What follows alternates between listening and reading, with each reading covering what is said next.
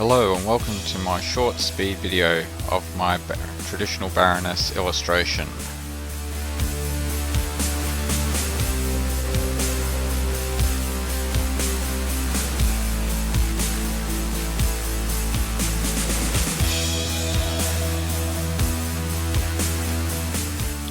Unfortunately, I didn't get to record the entire start to finish process of this piece, but I did manage to record at least the acrylic wash for putting down the tonal pattern for the overall illustration.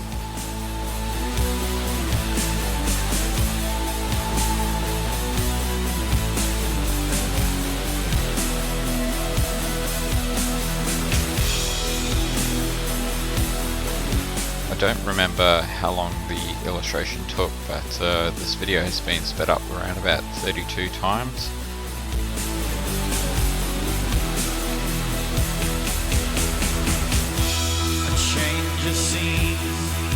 What I am doing is just applying some watered down black acrylic paint in a series of washes to slowly build up the dark values to match my reference that I can see on the left hand side.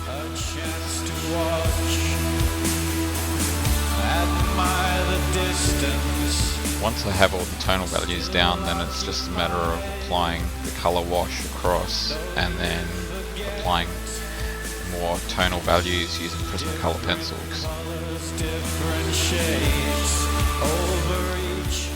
You will notice that as I'm applying the acrylic wash, I'm also using a paper towel to soak up any excess paint. This just helps me control the value a little bit more than just relying upon the flow from the brush.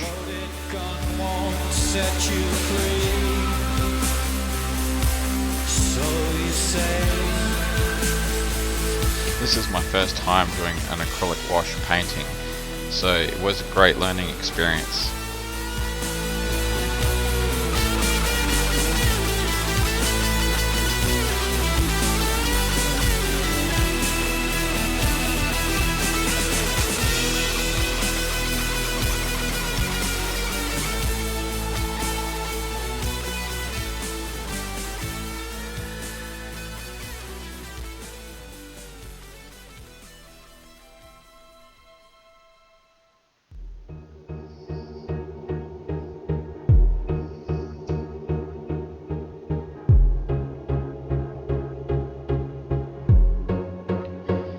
Notice that I'm actually painting in a few extra stray hairs that aren't in the actual photo reference. I find that there's a certain degree of reality through imperfection, so I felt like by just adding a few stray hair follicles, and that gave her an extra dimension of reality and really sort of brought a little bit more detail to her face.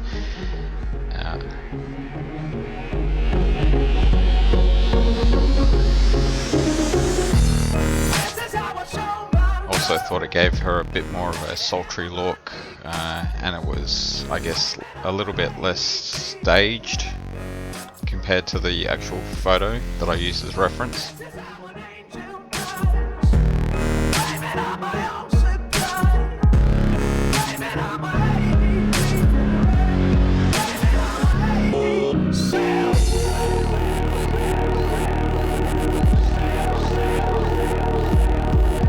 While this may appear to be almost completely black on camera, it wasn't full black by the time I had finished this.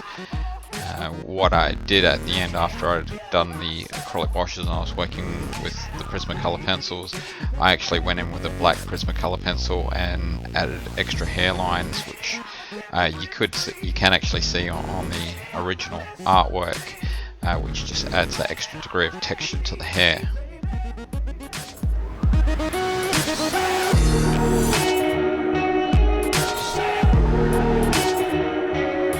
This is a technique that I have observed Mark Wright's doing in what he uses in his traditional illustrations that he does on MDF board as well.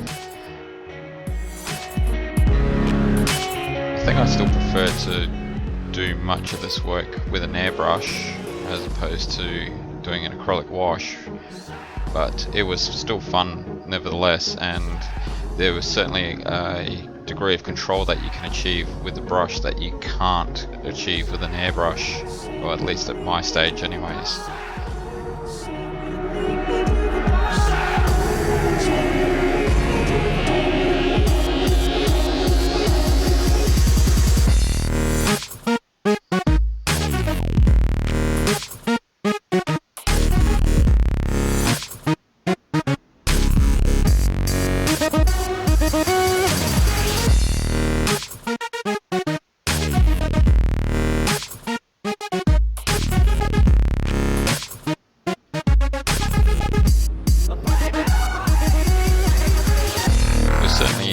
An interesting experience in learning to effectively paint a gradient, particularly on her right shoulder where it leads into the full figure shot of her. Something which is quite easy to do with an airbrush, but much harder with a traditional paintbrush.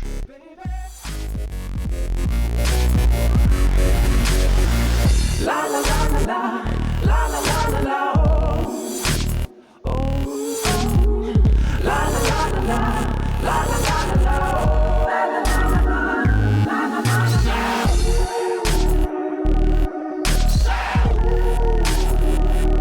did feel as though I did actually go a little bit too dark in her eyes for the shadows of the frames, and I found that I did have to correct that a little bit at a later stage.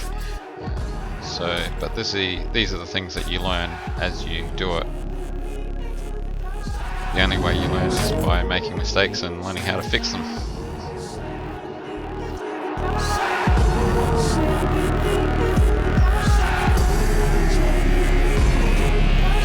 So this is pretty much, I'd say 98% of the tonal values done, just using black acrylics, and then I started applying the coloured acrylic wash.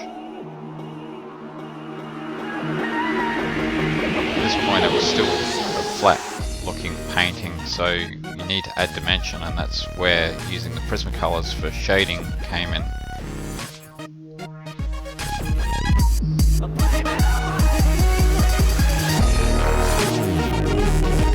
you have to balance the illustration out and work out what your brightest points are, what your darkest points are, so this is where I had to add in the whites just so I could start balancing the overall illustration.